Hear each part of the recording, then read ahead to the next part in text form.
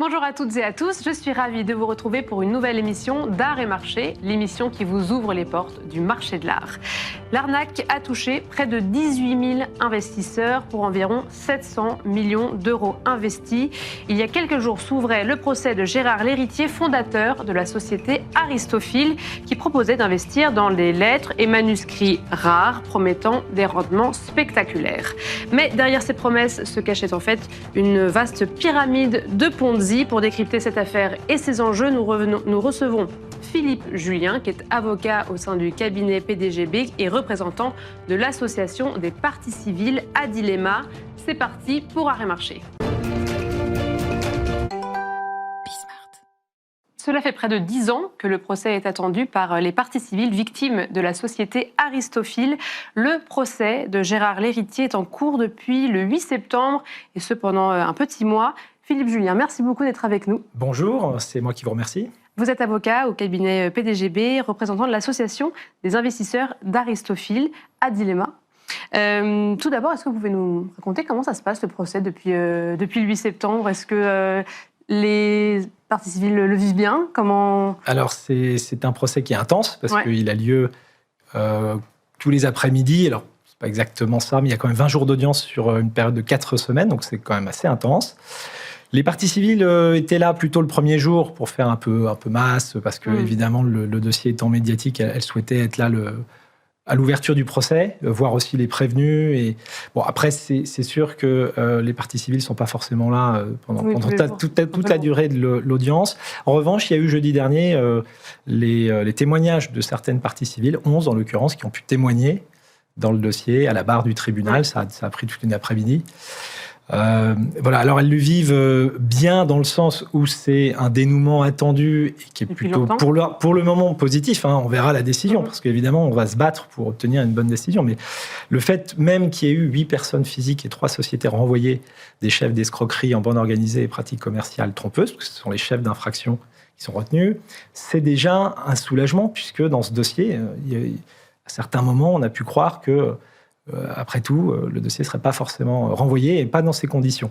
Donc aujourd'hui, on a estimé, nous, en tant qu'avocats de partie civile, que c'était déjà une première victoire, si on peut dire. Mais maintenant, évidemment, c'est pas le tout. Et nous, on est là pour défendre les parties civiles, bien sûr sur la partie qui est celle des victimes principalement, c'est-à-dire les indemnités, mais on est aussi là, et on est nombreux, on est beaucoup d'avocats de partie civile pour aussi apporter un appui réel dans l'argumentation aussi de fond, aux côtés du parquet. Et vous, ça fait donc 11 ans que vous suivez le dossier. Est-ce que vous pouvez rapidement nous donner des éléments de contexte? Qu'est-ce qu'Aristophil? Quelle est la problématique autour de ce qui a été réalisé? Oui, alors Aristophil, c'était une société qui a eu une activité très, très intense, principalement entre les années 2003 et les années 2014-2015, puisque fin 2014, la direction des fraudes a diligenté une enquête qui s'est ensuite transformée en une enquête préliminaire, donc avec le parquet. Et le parquet a décidé de faire un certain nombre de saisies pénales, avec plus de 100 millions d'euros qui ont été saisis. Et ça a provoqué en fait l'arrêt d'activité de la société, puis son dépôt de bilan, donc redressement judiciaire, puis enfin sa liquidation, mois d'août 2015. Voilà. Et dans le sillage d'Aristophil, liquidation aussi judiciaire des sociétés qui étaient en charge de commercialiser les produits d'Aristophil, qui s'appelait Finestime et Art Courtage, qui étaient des sociétés qui animaient tout un réseau de courtiers, de commercialisateurs qui vendaient les produits Aristophil. Donc toutes ces sociétés, Aristophil, mais aussi Finestime et Art Courtage, ont été liquidées lors de l'année, au cours de l'année 2015. Et donc ce qui est reproché à ces sociétés, c'est de permettre l'investissement dans des manuscrits, lettres et manuscrits, mais que derrière, en fait... Alors, ce qui était reproché, c'est pas qu'il n'y ait pas eu de manuscrits ou que les manuscrits n'étaient pas authentiques, parce que ça, c'est plutôt la bonne nouvelle dans le dossier, si on peut dire, c'est que les manuscrits étaient de vrais beaux manuscrits, pour certains, en fait, en réalité. Et dignes de collection. Voilà. En fait, il y avait une masse telle de manuscrits qu'il y avait certains manuscrits qui étaient des manuscrits, effectivement, de grande valeur, et qui du coup servait un peu de produit d'appel pour faire investir les uns les autres. Puis après, vous aviez une masse documentaire de petits manuscrits sans nécessairement grand intérêt, mais qui étaient quand même vendus à des prix exorbitants. En fait, le problème dans ce dossier, c'est un problème de valeur, de valorisation de ces documents, puisque personne n'a la moindre idée de ce que vaut, mis à part les experts très pointus, ils sont très peu nombreux. Personne n'a aucune idée de ce que vaut une lettre de Victor Hugo, une ébauche de Paul Valéry, etc. C'est très difficile. Il faut être un grand expert pour le savoir. Et le génie d'Aristophile, c'est d'avoir réuni des centaines, parfois des milliers de ces lettres dans des espèces de fonds. En fait, c'était des indivisions. Juridiquement, ce sont des indivisions. Donc ils sont plusieurs. Donc plusieurs propriétaires qui achètent une quote-part d'un bien un peu particulier qui était là, en l'occurrence, un ensemble de manuscrits. Et donc, c'est très difficile de dire si vous avez 1000 lettres dans lesquelles vous avez des lettres de Paul Valéry, comme je disais, d'autres d'André Gide et autres. Comment voulez-vous challenger la valeur qui a été retenue pour 10, 12 millions pour l'ensemble? C'était rigoureusement impossible. Puis il y avait un déficit total d'informations. Et donc, en fait, le vrai sujet là-dedans, c'est qu'on s'est rendu compte que Aristophile achetait, mais ne revendait jamais aucun des manuscrits sur le marché. Donc, ça a tourné en vase clos pendant 10 ans. Si on devait résumer, c'est ça qui est la démonstration, selon nous, de l'existence d'une pyramide de Ponzi, puisqu'en fait, il n'y a pas de marché réel. Il y a un marché réel, bien sûr, avec des collectionneurs et des manuscrits, mais il n'y avait pas un marché réel pour racheter au prix qu'estimait Aristophile les manuscrits dont il était propriétaire. Et puis avec une promesse derrière d'un retour sur investissement assez élevé, je crois que c'était 8%. Voilà, entre 8 et 9% selon les formules par an. Donc, avec un investissement bloqué 5 ans. Donc, en gros, des promesses de retour sur investissement de l'ordre de 40% sur 5 ans. Mais les manuscrits, une fois que vous arriviez au terme des 5 ans, ils étaient revendus à d'autres investisseurs comme vous. Ils ne repartaient pas sur le marché. C'est ça, donc ça c'est illégal. Donc qu'est-ce qui est illégal là-dedans, en fait, c'est dans toute cette histoire, donc ils sont quand même, effectivement, il y a énormément de victimes, mais qu'est-ce qui est reproché, quelle est l'illégalité? Alors, en fait, c'est un dossier complexe. Donc, quand vous avez un dossier complexe, il n'y a pas nécessairement un acte qui est strictement illégal en tant que tel. Il n'y a pas eu un vol à l'arraché ou des choses comme ça qui sont des infractions qui, en tant que telles, et individuellement prises comme elles sont illégales. Dans ce dossier, l'illégalité, elle vient du fait que c'est un ensemble de manœuvres qui ont été mises en œuvre pour tromper les investisseurs, notamment le fait que des fausses études de marché avaient été établies et diffusées qui montraient que les manuscrits prétendument prenaient nécessairement 9 à 10% de valeur par an, sans jamais s'arrêter, et ceci de tout temps et jusqu'à jamais. Bon, c'était pas très sérieux, mais malheureusement, ça a été produit et ça a servi de base à l'argumentaire commercial, des estimations bienveillantes d'experts. Ils ont joué sur la confusion aussi entre les valeurs d'assurance, puisque tous ces manuscrits étaient assurés par les Lloyds à Londres. D'accord. Mais ils s'étaient assurés à des valeurs déclaratives. Donc, ils déclaraient que ça valait 830 millions d'euros.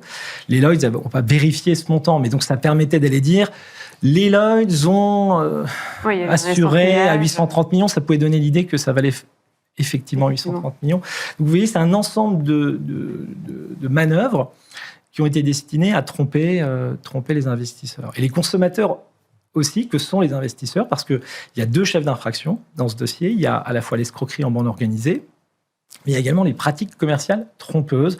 Pratiques commerciales trompeuses, c'est lorsque vous diffusez auprès du public, auprès des gens qui peuvent acheter votre produit ou service, de fausses informations ou des informations qui ne sont pas loyales sur votre produit. Donc là, on voit bien, c'était le potentiel spéculatif du produit, qui n'était pas du tout celui qu'on pouvait imaginer, et puis toute la réalité de cette entreprise qui était en fait une fausse entreprise. Ça paraît étonnant de dire ça comme ça, mais puisqu'une entreprise qui ne produit pas de valeur par, j'allais dire, des mécanismes, pour le coup, légaux, sains et explicables par des chiffres et des choses assez simples. Une entreprise qui dissimule une grosse pyramide de Ponzi, c'est une fausse entreprise, en fait. Oui. Et quelle est l'attente des investisseurs qui ont été trompés? Parce que donc, tout a été revendu en vente aux enchères pour plusieurs millions, mais ça n'équivaut pas tout ce qu'ils ont investi. Non, puisque donc, on a organisé, je dis on, c'est-à-dire en réalité la totalité des acteurs qui étaient confrontés à cette histoire, donc à la fois les associations de victimes, les liquidateurs judiciaires, puisqu'eux-mêmes devaient gérer les stocks de manuscrits dont disposait Aristophile.